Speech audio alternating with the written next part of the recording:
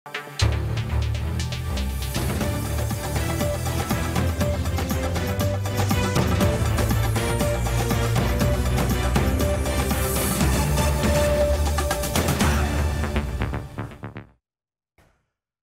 সম্পাদকীয়তে আমি ওমর ফারুক। আওয়ামী লীগের সাধারণ সম্পাদক ওবায়দুল কাদের বলেছেন, বিএনপি কোটা আন্দোলনের ওপর ভর করেছে।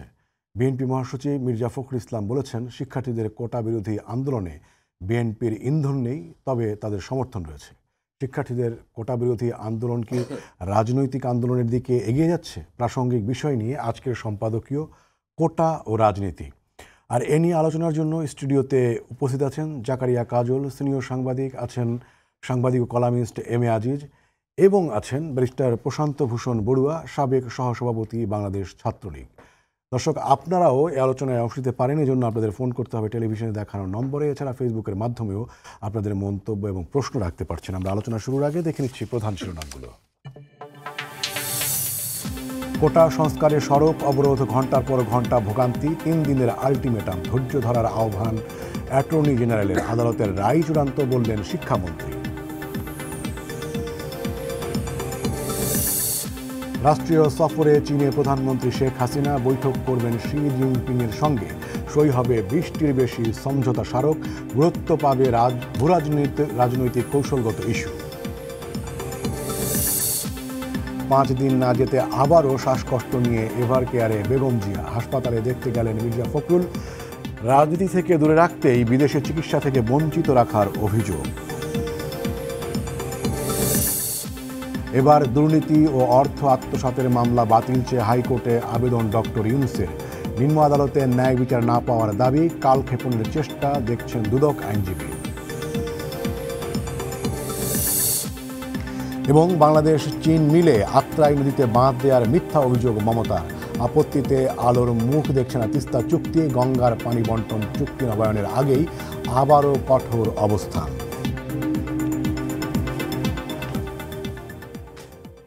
আপনাদের তিনজনকে স্বাগত জানাচ্ছি আমাদের আজকের আলোচনায়। ব্যারিস্টার প্রশান্ত ভূষণ বড়ুয়া, আমি আপনাকে দিয়ে শুরু করছি। সেটি হচ্ছে যে বিএনপি কোটা আন্দোলনের উপরে ভর করেছে, এটা বলে আসলে আপনারা কি বোঝাতে চান? মানে কোটা আন্দোলনটা অযৌক্তিক, নাকি কোটা আন্দোলনের যুক্তি আছে কিন্তু বিএনপি ভর করেছে বলে তাদের সমস্যা? আসলে এটা বিষয়টা কি? না, আন্দোলনের যৌক্তিকতা কিংবা অযৌক্তিকতা আমি সেটি নিয়ে বলছি না। এবং অবশ্যই বড় একটি অংশ তাদের আবেগের যে বহিঃপ্রকাশ করছেন। অনেক সময় দেখবেন যে অনেক মানুষ যখন একটি ভুল ইস্যুর জন্য এক হয়, তার প্রতিও সম্মান দেখাতে হয়। সেই সম্মান এবং সেই তাদের যে ট্রিটমেন্ট সেটি রাষ্ট্র দিচ্ছে, না হলে এই কয়দিনে যে নজিরবিহীন জনদুর্ভোগ, এটি সরকার এবং সবাই খুব সহানুভূতির সাথে এটি সামাল দিচ্ছেন। এবং আপনি লক্ষ্য করে দেখবেন যে গতকালকেই আমি অন্য একটি চ্যানেলে সম্পৃক্ত ছিলাম। কোটার যুক্ত নেতৃত্ব দেওয়া একজন বলছেন, সঞ্চালক জিজ্ঞেস করছেন, আপনি এখন কোত্থেকে সংযুক্ত হয়েছেন? বলে, আমি বঙ্গবন্ধু শেখ মুজিবুর রহমান হলের আমার কক্ষ থেকে সংযুক্ত হয়ে কথা বলছি। That's the beauty. তো আজকে আপনি লক্ষ্য করে দেখবেন যে বিএনপির রাজনৈতিক কর্মসূচি কেউ শুনছে না, কেউ নিচ্ছে না, খোদ তাদের নেতারাই নিচ্ছেন না। উদাহরণ, জন্মের পর থেকে তারা দ্বিতীয় সর্বোচ্চ বহিষ্কার করতে বাধ্য হয়েছেন উপজেলা নির্বাচনে। কারণ তাদের সুপ্রিমোর কথা, এই আদেশ, নির্দেশ, ধমক, এগুলো খোদ বিএনপির যারা থানা পর্যায়ের, জেলা পর্যায়ের নেতৃবৃন্দ, president, secretary, convener, joint convener, তারাই শুনছেন না। তো যেহেতু রাজনৈতিকভাবে বিএনপি এক ধরনের কমপ্লিটলি ব্যাংক্রাফট এবং একেবারে ভীষণ ধরনের কলাপস সাংগঠনিকভাবে, রাজনৈতিকভাবে, তো তাদের তো উপায় নেই যে কোনো ধরনের আন্দোলন একটু হলেই সেখানে ঢুকে পড়া। তারা সেটাই করছেন। এর আগে আমির খসরু মাহমুদ চৌধুরী লন্ডন থেকে আসা ছাত্রদলের সাবেক এক নেতাকে বলেছেন যে, কুমিল্লায় কি করো, ঢাকায় গিয়ে বন্ধুবান্ধব নিয়ে ঢুকে পড়ো এই নিরাপদ সড়ক আন্দোলনে। তো আমার কথা হচ্ছে, যে কোনো ন্যায়সঙ্গত আন্দোলনকে আওয়ামী লীগ, বিএনপি, অন্য রাজনৈতিক দল সমর্থন দিতেই পারে, সেখানে দোষের কিছু নেই, অতীতে আমরাও করেছি। কিন্তু প্রশ্নটি হলো, সেই আন্দোলনে নিজের স্বতন্ত্র সমর্থন না দিয়ে আন্দোলনে ঢুকে পড়ার চেষ্টা ওই আন্দোলনটাকেও ক্ষতি করে। তাদের কোনো দাবি থাকলে সেখানেও রাজনৈতিক রং দেয়। আর নিজেদের যে রাজনৈতিক দৈন্যদশা, এক ধরনের বলে যে orphanage, BNP is in political orphanage, রাজনৈতিক এতিমখানায় চলে গেছে। মানে বিএনপি যদি সরাসরি এই আন্দোলনে অংশ নিত তাহলে আপনাদের আপত্তি থাকতো না? না, বিএনপি এখনও করতে পারে, তারা সমাবেশ করতে পারে তাদের সমর্থনে, সেটা তো সমস্যা নেই। কিন্তু আমাদের বক্তব্য হচ্ছে সেটি না করে তারা উস্কানোর চেষ্টা করছে। আপনি যদি যোগাযোগ মাধ্যমে দেখেন, সামাজিক যোগাযোগ মাধ্যমে দেখেন যে কি ভীষণ ধরনের বিদ্বেষী বিশুদ্গার করছেন, এগুলো দরকার তো নাই। শোনেন, একটা স্লোগান ইতিমধ্যে দিয়েছেন যে জাতি ধর্ম নির্বিশেষ আমাদের সবার বাংলাদেশ, এখানে কেউ কারো শত্রু তো নয় আমরা। এই যে কোটা নিয়েও তো কিছুদিন পরে একটা ন্যায্যতা ভিত্তিক সমাধান হবেই। দেখুন, এই আন্দোলনটা এখন যেটি করছেন কিছুটা প্রিম্যাচিওর, আমি ব্যক্তিগত অভিমত। সেটা হলো অ্যাপিলেট ডিভিশনে গিয়েছে, অ্যাপিলেট ডিভিশন তারিখ দিয়েছেন, এখানে শুনবেন। তাদের তো উচিত ছিল এই সর্বোচ্চ আদালত এটা কি বলেন সেই অবধি অপেক্ষা করা। আর এখানে সরকারেরও কিছু করবার নেই। সরকার এই মুহূর্তে একটি কথা এটা নিয়ে বলতে পারবে না যতক্ষণ এটি সর্বোচ্চ আদালত থেকে মীমাংসা হয়ে না আসে। তো সুতরাং সরকারের কাছে যে দাবিটি জানাচ্ছেন সেটির জন্য তাদের আরও অপেক্ষা করতে হতো, কিংবা আদালতের একটি রায়ের বিরুদ্ধে তাদের আন্দোলন, এমন একটি অবস্থা হয়ে গেছে। তো বিএনপি ওই কথাটি বলছে না। একটি দায়িত্বশীল বিরোধী দল, রাজনৈতিক দল কি বলতো? বলবে হ্যাঁ আপনাদের আমরা সহানুভূতিশীল, কিন্তু বিষয়টি এখানে আদালতের বিবেচনা দেন, আদালতের পর্বটা শেষ হতে দেন। জি, ডক্টর প্রশান্ত ভূষণ বড়ুয়া, আপনাকে ধন্যবাদ।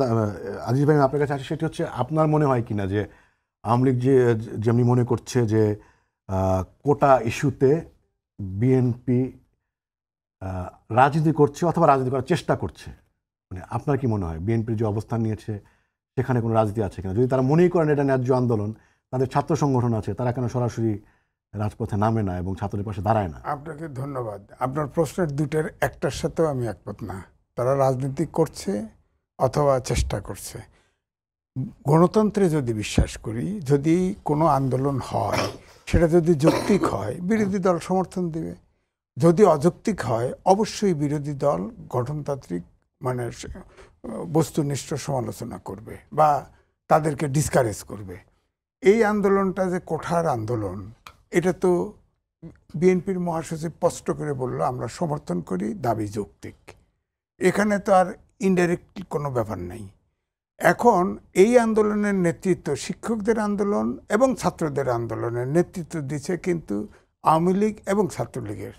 এখানে সর্বদলীয় সবাই আছে। শিক্ষকদের ভিতরে সাদা দল, অমুক দল, সব নীল দল সব আছে, কেউ বাদ নেই। সুতরাং এটা কিন্তু সর্বদলীয় আন্দোলন যদি রাজনৈতিক আবরণ দিতে চান। এখানে কোনো শুধু আওয়ামী লীগের ছেলেরা আন্দোলন করতেছে অথবা অন্য দলের করতেছে, বিএনপি যা এটাকে তা দিচ্ছে, তা তো হচ্ছে না। এখানে সব দলেরই সমর্থক আছে। সুতরাং এটাকে আসলে আমাদের দেশের পলিটিক্যাল কালচারই হচ্ছে, ওই বিএনপি অফিসে আপনার সিনিয়র যুগ্ম মহাসচিব রিজভী সাহেব আছে, আর আওয়ামী লীগ অফিসে ওবায়দুল কাদের আছে। ওদের মধ্যে লোক বসানেই আছে যে হেতে কি কয়, আগেও কইলে হেতে উত্তর দিবে, হেতে কইলে হেতে উত্তর দিবে, এই হলো ব্যাপার। আর এই যে আজকে যে হলো যে আপনার মানে তার মানে কি এটা দাঁড়াচ্ছে যে কোটা আন্দোলনের উপর বিএনপি ভর করেছে, এটা বলাও এক ধরনের রাজনীতি? অবশ্যই রাজনীতি। ভর করবে কেন?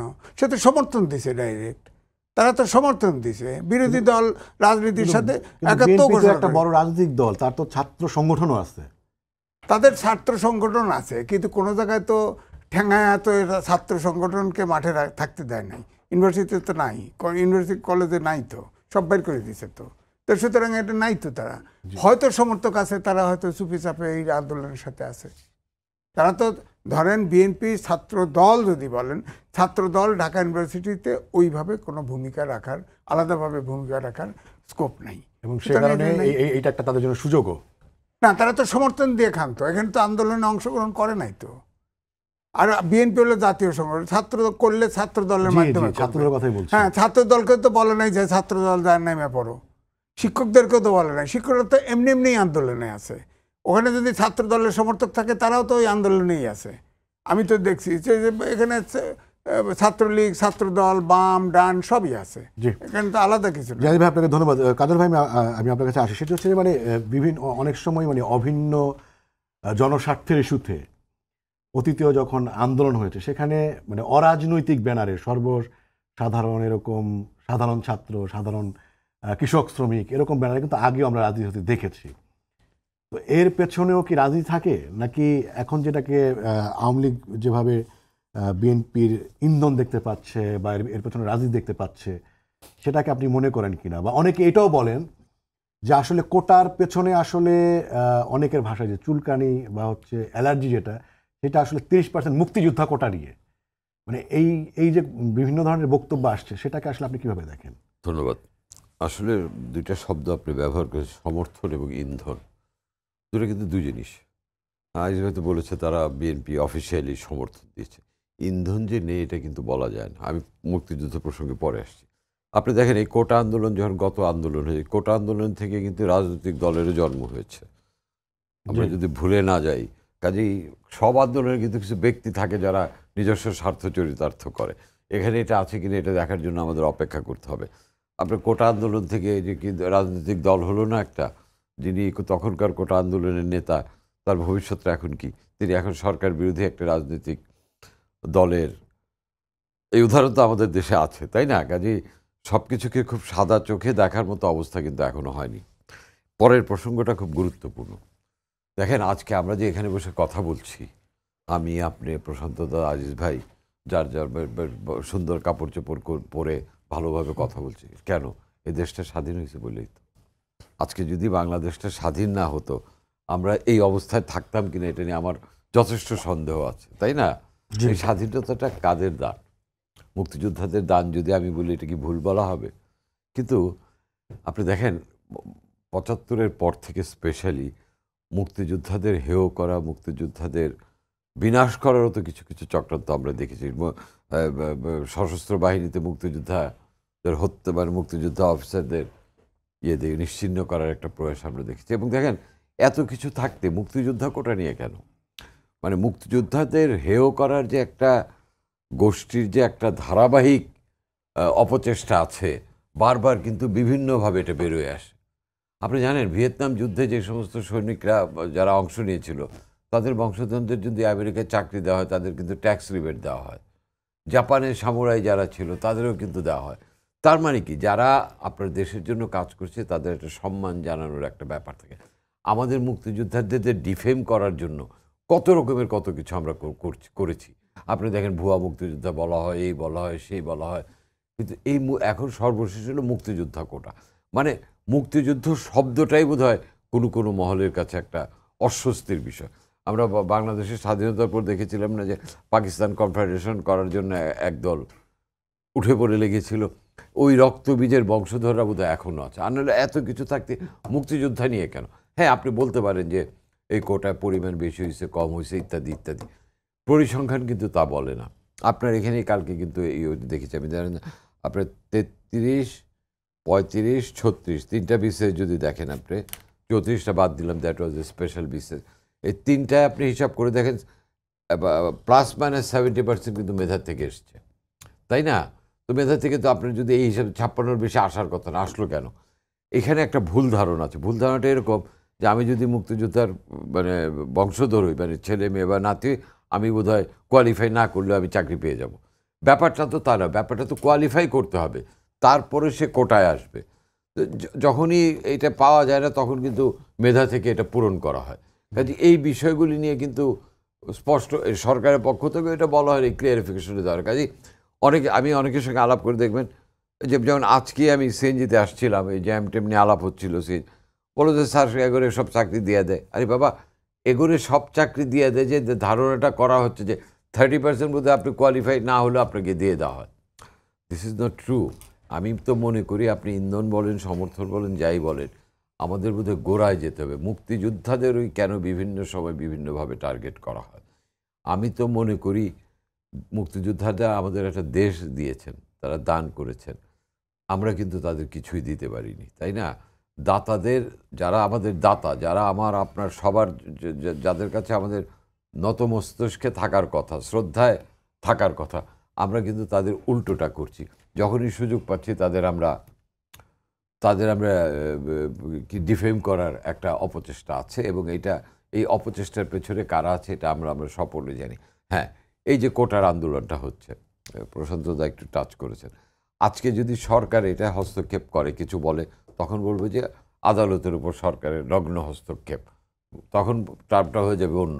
এখন সরকার আছে কারণ এটা আদালতের বিষয়। এখন যদি সরকার কোনো এক্সিকিউটিভ অর্ডার দিয়ে বলছে এই সরকার আদালতের উপর নগ্ন হস্তক্ষেপ করে কাজে, এবং গভর্নমেন্ট দেখেন, কিন্তু গভর্নমেন্ট কিন্তু আমি বলবো যে এক্ষেত্রে খুব চমৎকার একটা মানে সহনশীল ভূমিকা পালন করে। যেভাবে গত 2-3 দিন জনদুর্ভোগটা সৃষ্টি হলো, এটা তো সরকারের দায়িত্বই দুর্ভোগ থেকে জনগণকে মুক্ত করা। দায়িত্ব মানে কি, এখন তো সরকার তো এটাও পারছে না যে একটা সার্কুলার জারি করতে, কারণ এটা সাবজুডিস, তাই না? আদালত যতদিন কিছু না, হ্যাঁ আদালত একটা রায় দেওয়ার পরে সেটার আলোকে হয়তো বা, আমি জানি না আইনগত বিষয়টা প্রসন্ন ভালো বলতো, তখন হয়তো এটা পরিমার্জন কিছু করা যাবে। এখন তো কিছু করলেই বলো যে সরকার আদালতের উপর নগ্ন হস্তক্ষেপ করছে।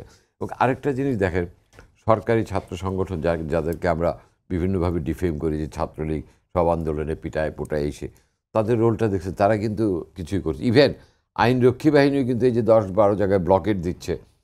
আপনার টিভিতে আমি দেখলাম যে কারণ বা থেকে কি ফার্মগেট থেকে হেঁটে হেঁটে 2 বাচ্চা নিয়ে যাচ্ছে। এই যে দুর্ভোগগুলি, পুলিশও কিন্তু তাদের পিটিয়ে উঠিয়ে দিচ্ছে না। মানে কি, একটা সহনশীল আচরণ, কিন্তু এই সহনশীলতাটা কতদিন থাকবে? আপনার এই দাবির প্রতি আমি, হ্যাঁ ছাত্র, আমাদের মেধাবী ছাত্ররা, তরুণ যুবকরা চাকরি পাক, এটা আমরা সবাই চাই। এইটার মাধ্যমকে জনদুর্ভোগ সৃষ্টি করা, সহানুভূতিটা কোথায় যাচ্ছে? আর আরেকটা কথা বলে দুষ্ট লোকের, আমি জানি না এটা কতদূর সত্য বলা হবে কিনা, বিএনপি নাকি সাম্প্রতিক সময়ে বেশ কিছু কমিটি নতুন করে গঠন করছে। অনেকে বলে যে এই সুযোগে এটা করা হয়েছে। আমি জানি না এটা সত্য মিথ্যা কতটুকু, কারণ ঢাকা মহানগর দক্ষিণ কি নতুন কমিটি করা হয়েছে, নতুন নেতৃত্ব দেওয়া হচ্ছে। তো এই যে এটাও কিন্তু অনেকে রিলেট করতে চাচ্ছে, আমি জানি না সত্য জি মিথ্যা। আজিজ ভাই, আপনাকে ধন্যবাদ। আমি ব্যারিস্টার প্রশান্ত ভূষণ বড়ুয়া আপনার কাছে আসি। মানে আমার 2টা প্রশ্ন, যে বর্তমানে যে কোটার যেই হারটা আছে সেটাকে আপনি যৌক্তিক মনে করেন কিনা, আরেকটা হচ্ছে যে কোটা প্রশ্নে ছাত্রলীগ কিন্তু এখনো তার অবস্থানটা সেটা বললাম, পুরোপুরি স্পষ্ট করে নাই, যে মানে তারা বিরোধিতাও করেনি বা বিরোধিতাও করে নাই, মানে পক্ষেও সেটাও যায়নি। তো, হ্যাঁ সেইটা তাদের স্পষ্ট করা উচিত কিনা, বিশেষ করে মুক্তিযুদ্ধের কোটা প্রশ্ন। একটু দেখুন, একটু আগে আমি কাজল ভাই থেকে সাথে একটু যোগ করি। ফরাসগঞ্জের অবাঙালি ব্যাংক ম্যানেজারের ঢুকতে আমাদের শীর্ষ ব্যবসায়ী, এখন যারা তাদের 3 বার চিন্তা করতে হতো ব্যাংক ম্যানেজারের কক্ষে ঢুকতে। And that is the dividend of our liberation war. আজকে আমরা নিজেরাই ব্যাংক চালাই, ব্যাংক করছি। তো এই যে বারবার মুক্তিযোদ্ধাদের টার্গেট, মির্জা ফখরুল সাহেব একটা কথা বলেছেন যে কেন উনি কোটার বিরুদ্ধে। আজকের আমি ইন্টারভিউ দেখলাম যে 52 বছর পর কোটা অযৌক্তিক। উনি 52 বছর পেলেন কই? বাংলাদেশ রাষ্ট্রের জন্মের 52 বছরের অর্ধেক তারা মুক্তিযোদ্ধার সন্তানদের মুক্তিযোদ্ধার সন্তান পরিচয় পেলে চাকরি দেয় নাই তারা। Brigadier colonel Safayat Jamil, 46 brigade commander, বিখ্যাত মুক্তিযোদ্ধা, ওনার ছেলে এবং আরও মুক্তিযোদ্ধাদের ছেলেদের চাকরি দেয় নাই, ঢুকতেই দেয় নাই। আর কোনো কোনো বিশেষ সার্ভিসে অলিখিত নিষেধাজ্ঞা ছিল, আরও কয়েকটি সার্ভিসে একেবারে ধরে না করে দিত।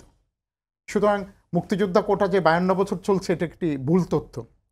বরং মুক্তিযোদ্ধার সন্তানদের চাকরি ভাইবা পর্যন্ত গেছে, তারপর কথার ছলে বলেছে, ও তোমার বাবা তো গন্ডগোলের সময় ওখানে ছিল, গন্ডগোল বলতো।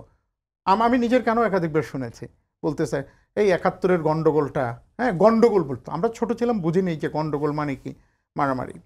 তো আপনি লক্ষ্য করে দেখবেন 2001 থেকে 2006 পত্রিকাগুলো আমি দেখছিলাম পুরনো, প্রত্যেক বিসিএসে প্রশ্নপত্র ফাঁস, প্রত্যেক বিসিএসে হাওয়া ভবনের লিস্ট তালিকা, যেটা ওনাদের সাবেক নেতারাও 2-1 জন স্বীকার করেছেন।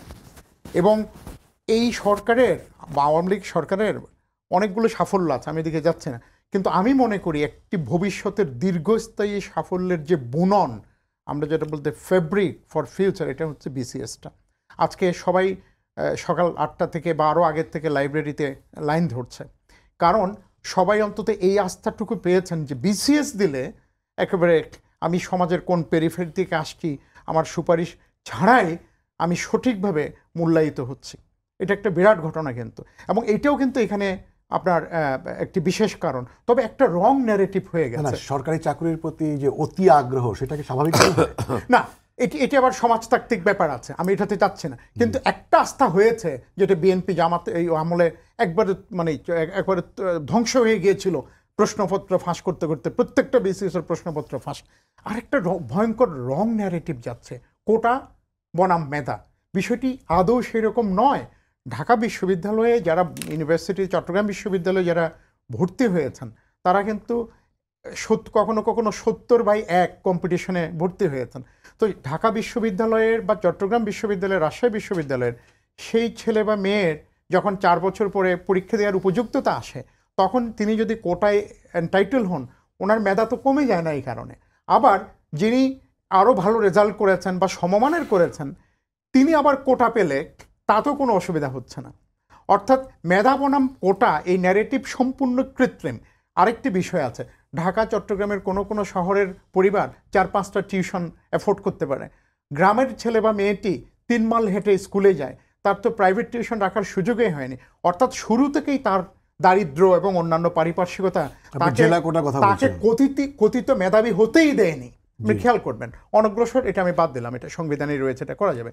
সুতরাং এখানে রাষ্ট্রের যে ব্যাপারটা আছে, যে একটা ন্যায্যতা আনবার জন্য রাষ্ট্র নানা ধরনের আয়োজন করতে পারে। আমরা 10 জন হেঁটে যাচ্ছি, 3 জনের পা একটু দুর্বল, তার জন্য একটা হুইল চেয়ারের মতো দেওয়া, অনেকটা সেরকম। কিন্তু এখন যেটা হয়ে গেছে, মেধা এবং কোটা এটা মুখোমুখি করেছে, বিষয়টা আদৌ সত্য নয়, এটা একটা কৃত্রিম বিভাজন। কোটা বিরোধিতা বলছেন যে বিদ্যমান যে ব্যবস্থা সেটাই আসলে বৈষম্যমূলক। এখানে এটা নিয়ে কথা হতে পারে যে এটার পরিমাণটা কেমন। ভারতে কিন্তু 49%-এর বেশি, 49.5% কোটা আছে। তাদের সিএসপি, তাদের অফিসাররা কোথাও কম মেধাবী নয়। এবং মেধার ব্যাপারটা সম্পূর্ণ ভিন্ন বিষয়। এটি কোটা বা কোটার সাপেক্ষ নয়, এটা কোটা নিরপেক্ষ, সবাই মেধাবী হতে পারে। বিষয় হচ্ছে যে আপনার মুক্তিযোদ্ধাদের পরবর্তী প্রজন্মের জন্য কতখানি সংরক্ষণ আপনি করবেন, এটা নিয়ে কথা হতে পারে, আলোচনা হতে পারে। কিন্তু আমার একটা আপত্তি হচ্ছে, প্রথমত একটা ভীষণ রং ন্যারেটিভ, কোটা না মেধা, এটা সত্যি নয়। প্রত্যেকেই মেধাবী। তারা বিশ্ববিদ্যালয়ে যারা অন্তত ভর্তি পরীক্ষা দিয়ে ভর্তি হয়েছেন, তারা কেউই কম মেধাবী নন। কেউ পরিশ্রম করেন, কেউ পরিশ্রম কম করেছেন। সেটা যারা বিশ্ববিদ্যালয়ে ভর্তি হতে পেরেছেন নির্দিষ্ট নম্বর পেয়ে, তাদেরকে মেধাবী অমেধাবী করে বিভাজন করবার কোনো সুযোগ নেই। কোটার সংখ্যা নিয়ে কথা হতে পারে। আরেকটি বিষয়, রাষ্ট্রের কিন্তু দায়িত্ব আছে, যারা একটু পিছিয়ে থাকেন তাদেরকে একটা নির্দিষ্ট সময় পর্যন্ত তাদেরকে সামনে আনবার জন্য বিশেষ ব্যবস্থা করতে হয়। এটি রাষ্ট্রকে করতে হবে। তবে আমি এটি মনে করি যে জনদুর্ভোগ পরিহার করা উচিত। বিক্ষোভ করতে হলে ক্যাম্পাসের মধ্যেই করা উচিত, রাস্তাঘাট বন্ধ করে না। কারণ সর্বোচ্চ আদালত একটা সিদ্ধান্ত দিবেন, সেই পর্যন্ত অপেক্ষা না করে এখনই সব পৃথিবী বন্ধ করে দিতে হবে। কালকে কোনো পরীক্ষা নেই, পরশুদিন পরীক্ষা, তারা এফেক্টেড না। মানে যারা এখন আন্দোলনটি হচ্ছেন, তারা যদি আমি সত্যিকার অর্থ মানে প্রকৃত ক্ষতিগ্রস্ত কিনা, সেটা কিন্তু কালকে না, পরশু না, এমনকি 3 মাস 5 মাস পরেও না। আমার মনে হয় যে তাদের এইটুকু ধৈর্য ধরা উচিত, সর্বোচ্চ আদালতের সিদ্ধান্তটি অপেক্ষা করবার জন্য। বেশিরভাগ আপনাকে ধন্যবাদ। আজিজ ভাই, আপনার কাছে আসি যে আইনমন্ত্রী বলছেন যে আন্দোলনকারীরা নিজেদের বক্তব্য আদালতে তুলে ধরতে পারেন, এবং আপনার দুই পাশে দুই আলোচক এরই মধ্যে বলেছেন যেটা আসলে আদালতের বিষয়। আইনজীবী নিয়োগ করে আইনজীবী নিয়োগ করে। জি জি। এখন সেটা যাওয়ার মানে মানে বুদ্ধিমানের কাজ হবে কিনা। আরেকটা হচ্ছে যে এই সময়ে এসে মানে কোটা মানে অযৌক্তিক মনে হয় আপনার? বাংলাদেশে এখনো কি কোটার মানে প্রয়োজনীয়তা কি শেষ হয়ে গিয়েছে? দেখেন দাদা, অনেকগুলো কথা বলছে, উত্তর দেওয়া যায়, আমি সেদিকে যাচ্ছি না, আমি কোটার ভিতরেই থাকছি। যে কথাগুলো আসছে আমার মনে হয় আমি স্পেসিফিক লিখলাম। তাদের দাবিটা হচ্ছে এখন সকল গ্রেডে অযৌক্তিক এবং বৈষম্যমূলক কোটা বাতিল করে সংবিধানে উল্লেখিত অনগ্রসর গোষ্ঠীর জন্য কোটাকে ন্যূনতম পর্যায়ে এনে সংসদে আইন পাশ করতে হবে। এটা হলো তাদের শেষ দাবি। এই দাবিতে তারা এখন অবরোধ করছে। হ্যাঁ, আর দ্বিতীয়টা হচ্ছে যে আমি তো সরকারি দলের পক্ষ থেকেও শুনি সবার শেষ যে সংবিধান মানতে হবে। তো 1972 সালের 16ই ডিসেম্বর সংবিধান কার্যকর হয়, এবং সেই সংবিধানে এখানে দাদা তো ব্যারিস্টার অ্যাডভোকেট, 28-4 এবং 29-3 বলা আছে যে শব্দটা আমি পড়ে শোনাচ্ছি, রাষ্ট্র মনে করলে অনগ্রসর জাতিকে কোঠা দিতে পারে, তবে বাধ্য নয়। এই হলো আপনার সংবিধানে লেখা আছে। এখন 73 সাল থেকে 76 সাল পর্যন্ত আপনার কোঠা 20% ছিল হলো মেধার, আর 80%ই ছিল কোঠায় এসছে। এরপর থেকে আসছে 56%-এর মতো। তো এখন আমার বক্তব্য হচ্ছে, তখন যুদ্ধ বিধ্বস্ত বাংলাদেশ, সেখানে শিক্ষা দীক্ষা কম ছিল, জেলা জেলায় বৈষম্য ছিল, রিজন বৈষম্য ছিল, আর ওই সময়ে যুদ্ধ কেবল দেশ স্বাধীন করেছি অনেক রক্ত দিয়ে অনেক কিছু দিয়ে, তখন প্রশ্ন আসে নাই। কিন্তু এটা ঠিক, এখন 53 বছর। আপনি, আমার বক্তব্য হচ্ছে যে আমরা ছোটবেলায় যখন তর্ক লাগতো, যুক্তি দিত কেউ, তখন বলতাম বেটা হাইকোর্ট দেখাও। অর্থাৎ সাধারণ লোকের কাছে হাইকোর্ট হলো সর্বশ্রেষ্ঠ। অ্যাপিলেট ডিভিশন খুব কম লোক চেনে, অ্যাপিলেট ডিভিশন চেনে আমরা চিনি। তো হাইকোর্ট আপনার যখন রায় দিল 71, আমি কিন্তু কন্টেম্প্ট করছি, আমি মাপ চায় নিতেছি আগেই, কারণ আল্লাহর পরেই তো উচ্চ আদালত, বুঝছেন না, কন্টেম্প হয়ে যেতে পারে। তারপরেও আমি বলতে হচ্ছে যে সংবিধানে যেটা স্পষ্ট করে লেখা আছে, নিশ্চয়ই এখানে আইনজীবী আছেন, সেখানে তো সংবিধানের বাইরে কারো যাওয়ার কথা নয়। যেখানে অ্যাম্বিগুইটি আছে, অস্পষ্ট আছে, সেখানে অবশ্যই অ্যাপিলেট ডিভিশনের সেখানে মতামত নেওয়া হয় রাষ্ট্রের, এটা ঠিক আছে। কিন্তু সংবিধানে তো স্পষ্ট করে আমি যেটা পড়লাম লেখা আছে, এখানে অনগ্রসর, আপনি বলেন তো দেখি বঙ্গবন্ধুর পরিবার কি অনগ্রসর? জিয়া রহমান পরিবার অনগ্রসর? জিয়া রহমানের প্রসার অনগ্রসর? আপনার 7 সেক্টর কমান্ডার ছিল, তারা অনগ্রসর? আপনি সংবিধান অনুযায়ী যদি দেন, আপনি অনগ্রসরদেরকে কোঠা দিতে পারেন, নাহলে সংবিধান আপনি সংশোধন করতেন, সংশোধন করেন। এখন মুক্তিযুদ্ধ, আমি এই জন্যে বললাম যে মুক্তিযোদ্ধার প্রশ্ন আসছে কেন, মুক্তিযোদ্ধা কি, এরা কি মুক্তিযোদ্ধা না? সব যা বললাম, তাদের পরিবার তো পাবে, তাদের নাতি পুতি সব পাবে, তো এরা কি অনগ্রসর? আপনি তো একদিক থেকে তো মুক্তিযোদ্ধাদের, হ্যাঁ এটা একটা জনযুদ্ধ ছিল, গ্রামের অধিকাংশ, গ্রামের সাধারণ লোকের সন্তানরা ছিল মুক্তিযোদ্ধা, তাই না? আমার যদিও সনদ নাই, তবুও আমার ভারত থেকে ট্রেনিং প্রাপ্ত আমি। তারপর আমি বলবো যে এই মুক্তিযোদ্ধা কতজন, এটার কোনো এখনো কোনো হিসাব নাই আমার কাছে, জেনে রাখেন, হিসাব নাই। আমার জাতীয় পার্টির হোসেন মোহাম্মদ এরশাদের সময় ফিরোজ রশিদ আমাকে বলছে, সেই কমিটিতে ছিল, এবং বাংলাদেশের বড় বড় গোয়েন্দা দিয়ে আজ থেকে আপনার 18 বছর আগে। আপনার বক্তব্য কি? মানে আমার বক্তব্য হচ্ছে কোটা থাকা দরকার নাকি দরকার না? অবশ্যই থাকতে হবে, অবশ্যই সে অনগ্রসর হতে হবে। সব মুক্তিযোদ্ধা দেশ স্বাধীন করছে, তার কন্ট্রিবিউশন, তাকে রেসপেক্ট করব। ওই যে মারা গেলে তাকে স্যালুট দেয়, সব করব। কিন্তু যিনি অনগ্রসর, সেটা কিভাবে বের করবে? ভারতে আছে, ওই যে দাদা রেফারেন্স দিল, ভারতে হচ্ছে যে যাদের 400 রুপি বোধহয় ইনকাম আছে, তার নিচে তারা অনগ্রসর। প্রত্যেক বছর এটা রিভিউ, প্রত্যেক মাসে বছর এটা রিভিউ করা হয়, করে করে কোঠা নির্ধারিত করা হয়। খুব বেশি সময় নেই, আমি মনে হয় আপনার পয়েন্ট, আমার মত হচ্ছে মানে একদম ছোট করে, মানে নারীর কোটা, তারপরে হচ্ছে উপজাতি কোটা, তারপরে হচ্ছে নারীর কোটা, তেমন ছেলেদের সাথে নারী, আমার কাছে তার ভিতরে অগ্রসর। আপনার তৃতীয়লিঙ্গের এদেরকে কোটা দেন, আপনার বেস পয়েন্ট হচ্ছে যে অনগ্রসরের একটা সংজ্ঞা নির্ধারণ করে সেভাবে দিতে হবে। সংবিধানে অনগ্রসর আছে, তা দিতে হবে। এর বাইরে গেলে আমার আপত্তি আছে। গরিবের ট্যাক্সের পয়সা, ওই ভুয়া মুক্তিযোদ্ধা অনেকগুলা, এটা 2.25 লক্ষ আপনার নিবন্ধিত মুক্তিযোদ্ধা, এর 4 ভাগের 3 ভাগই ভুয়া। যে কাজল ভাই, খুব বেশি সময় নাই, বলছিলাম এই মুক্তিযুদ্ধের ব্যাপারে একটা অ্যালার্জি তো আছে, ভুয়া মুক্তিযুদ্ধের কথা আমি বলেছি, কিন্তু উনি যাদের উদাহরণ দিলেন বঙ্গবন্ধু, যে পরিবারগুলি, এই পরিবারগুলি কত পার্সেন্ট মুক্তিযুদ্ধে অংশগ্রহণের মুক্তিযোদ্ধাদের সংখ্যা যদি হই, এরকম অগ্রসর মুক্তিযোদ্ধা কতজন আর অনগ্রসর মুক্তিযোদ্ধা কতজন? গুলশানে বাড়ি দিয়েছে বেগম জিয়াকে, তারপরে যে ন্যায় নাই তা নয় যে 1 টাকার বাড়ির কথা বলে, আমি ওদিকে যেতে চাই না। আমি যেটা বলতে চাই যে মুক্তিযুদ্ধ শুনলেই, ওই যে মুক্তিযুদ্ধ শুনলেই ডিফেমজেট করা হয় যে মুক্তিযোদ্ধা ভুয়া মুক্তিযোদ্ধাই, মানে আমরা, আরে ভাই টাকা দিয়ে মুক্তিযোদ্ধা নিবন্ধন করা হয় ভাই, আপনার সময় আমি টাকা নিয়ে, সেটা তো অন্য বিষয় আছে, আপনার সময় আমি কথা বলিনি। কাজেই যে কোনোভাবে মুক্তিযুদ্ধকে একটু হেয় করার একটা প্রবণতা একটা গোষ্ঠীর আছে, সেটা আমি বলছি। আমিও কিন্তু বলেছি যে মুক্তিযোদ্ধাকে নিয়ে অনেক বিতর্ক আছে, কিন্তু ওই যে টাকা দিয়ে মানে মুক্তিযুদ্ধ শুনলেই বোধহয় একটু কেমন যেন এটাকে একটু ডিফেম করার একটা মানসিকতা, এই মানসিকতা মানে সবাই এভাবেই নিচ্ছে, সবাই রাজাকারদের নিয়ে কোনো অসুবিধা নেই, না অ্যাজ ইফ সবাই এভাবেই নিয়েছে। আপনি দেখেন, আমি তো একটা কথাই বললাম যে মুক্তিযুদ্ধের প্রতি যদি শ্রদ্ধা যাদের না থাকে, তারা এইগুলো নিয়ে কথা বলবে। আর কোটার কথা যে আমি তো উদাহরণ দিয়ে দেখিয়ে দিলাম, 3টা বিসিএসের 33, 35, 36-এর যে কয় পার্সেন্ট মুক্তিযোদ্ধার কোটায় আসছে। আরে ভাই, মুক্তিযোদ্ধার কোটা মানে তো এই না যে আমি ইন্টারমিডিয়েট ফেল, আমি মুক্তিযোদ্ধার নাতে আমি চাকরিটা পেয়ে গেলাম। স্তরদের তাকে তো ওই কম্পিটিশনটা করে আসতে হচ্ছে। তার যদি মেধা না থাকে, সে তো ওই পর্যায়ে আসতে, ওই পরীক্ষায় বসতে পারছে না। তাহলে এখানে তাকে আমি মেধা ভার্সেস কোটা বিষয়টা হ্যাঁ, ঠিক নয় এই তাই না? মেধাবী এটা ঠিক না, কারণ আমি বললাম তো 3টা বিসিএস 70% তো মেধা আছে, কারণ ওই কোটাটা পূরণ হয়নি। মুক্তিযোদ্ধার মানে নাতি বা ছেলে দিয়ে 30% পূরণ হয়নি, ওই 30% তো ভ্যাকেন্ট 30 সেকেন্ড থাকে, পাবেন, জি। ওই 30% তো কাজেই আমার মূল আপত্তিটা ওখানে, টার্গেটটা মুক্তিযুদ্ধ কেন, এখানেই আমার আপত্তি।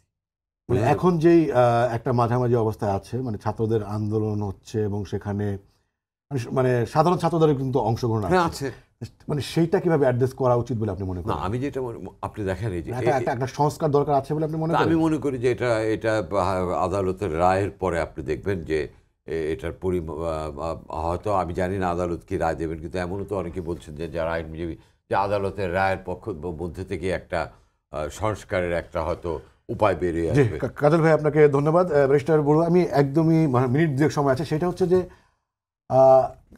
আজিজ ভাই যেটা বলছেন যে অনগ্রসরের একটা সংজ্ঞা নির্ধারণ করে তার ভিতরে যে কেউ পড়তে পারে, যে কোনো জেলা পড়তে পারে, যে কেউ পড়তে পারে, মানে সেইটাকে আপনার কেমন মনে হয়, বা সেখানে এটি কি সমস্যা কোথায়? সেখানে পৃথিবীর অন্যান্য দেশে এটাকে মিনস টেস্ট বলে। এটি লোন দেবার ক্ষেত্রে, বিশ্ববিদ্যালয়ে ভর্তির ক্ষেত্রে যে আপনার বার্সারিটা দেয়, এক্ষেত্রে যে পরিবারের নির্দিষ্ট আয় কত, এটি শুধু মুক্তিযোদ্ধা কেন, এটি যে কোনো ক্ষেত্রেই হতে পারে। যেমন আমাদের তো একটা প্রস্তাব আছে এবং যেটি নিয়ে হয়তো সরকার এটি জানাবেন, সেটি হলো যে আপনার যে শিক্ষার্থীদের যে টিউশন ফিটা, এটি সরকার থেকে সফট লোন হিসেবে শিক্ষার্থীদেরকে দেয়া হবে, এবং তারা যখন চাকরি করে একটা নির্দিষ্ট অঙ্কের বেতন পাবেন তখন শুধু তাদেরকে মাসিক ভিত্তিতে ছোট একটি অঙ্ক পরিশোধ করতে হবে। এটি কিন্তু অনেক জায়গায় আছে। পৃথিবীর অন্যান্য দেশে রয়েছে, এবং ইংল্যান্ডে এটা মাত্র 60 পাউন্ড দিতে হয় 25,000 যদি আর্ন করে এনআইতে। তো এইরকম একটি উদ্যোগ তো আমাদের বাংলাদেশ আওয়ামী লীগ একাধিকবার বলেছে, ছাত্রলীগের প্রোগ্রাম থেকে দাবি হয়েছে, সরকার নিশ্চয়ই এটা একটু করবে, কিন্তু মিনস টেস্টটা হলো সবার জন্যই প্রযোজ্য। কিন্তু মুক্তিযুদ্ধের বিষয়টা আজিজ ভাই যাদের নাম বললেন, আমি যে বললাম যে বেগম জিয়ার পরিবার, উনি 1 টাকা দিয়ে তো জিয়া রহমান সাহেবের মৃত্যুর পরে গুলশানে জায়গা ওটা নিয়েছেন, মুক্তিযোদ্ধা হিসেবে নেয় নাই তো। উনি তাহলে শহীদ হিসেবে নিয়েছেন, মৃত্যুবরণ করে নিয়েছেন। এই মুক্তিযোদ্ধারাই কিন্তু বাংলাদেশ সৃষ্টির জন্য মাঠে প্রান্তরে রক্ত দিয়েছে। তো জিয়া রহমানের রক্ত যদি সার্কিট হাউসে ঝরেছে এই কারণে উনি পান, অবশ্যই পেয়েছেন তিনি। যেই বাংকারে 71 সালে মুক্তিযোদ্ধারা মাঠে ঘাটে প্রাণ দিয়েছে তারাও পান, তারাও রক্তের হকদার। এটাকে আন্ডারস্টিমেট করা ঠিক হয় না। সব মুক্তিযোদ্ধাই প্রাণদানের ক্ষেত্রে সমান বলে আমি মনে করি। শোনেন, সমস্যা নাই। আমি এটা নিয়েই বলছি যে দেখুন, মুক্তি এটা নিয়ে কথা থাকতে পারে কম বেশি, ভারতে বললাম 49%-এর বেশি আছে। এরপরও দেখবেন যে অনগ্রসর শ্রেণীর জন্য কিছুদিন পরপর কমিশন হয়। কাজল ভাই যেটি বললেন, আমি মনে করি কি, we have to rely on the wisdom of the court. উচ্চ আদালতের জুডিশিয়াল উইজডম অতীতেও পথ দেখিয়েছেন, 5ম সংশোধনীর সময় তারা ঐতিহাসিক ভুলগুলো সংশোধন করেছেন। আমরা আস্থা রাখতে চাই উচ্চ আদালতের উপর একটি ন্যায্যতা ভিত্তিক একটি সমাধান বের হয়ে আসবে। এবং আবারও বলি, এই বিভাজনটা মেধা ভার্সেস কোটা নয়, সবাই মেধাবী, আবার মেধাবীর মধ্যেও কেউ কোটা এন্টারটেল হলে তাকে না করা যাবে না। সুতরাং মেধার বিভাজনটা কৃত্রিম। জি, barrister Prashanta Bhushan Barua, M A Aziz এবং জাকারিয়া কাজল, আপনাদের তিনজনকেই অসংখ্য ধন্যবাদ আমাদের আলোচনা অংশ নেওয়ার জন্য। দর্শক, আপনাদেরও ধন্যবাদ জানাচ্ছি। শেষ করছি আজকের সম্পাদকীয়। আগামীকাল আবারও দেখা হবে রাত 10টায়। দেখার আমন্ত্রণ রইল। শুভরাত্রি।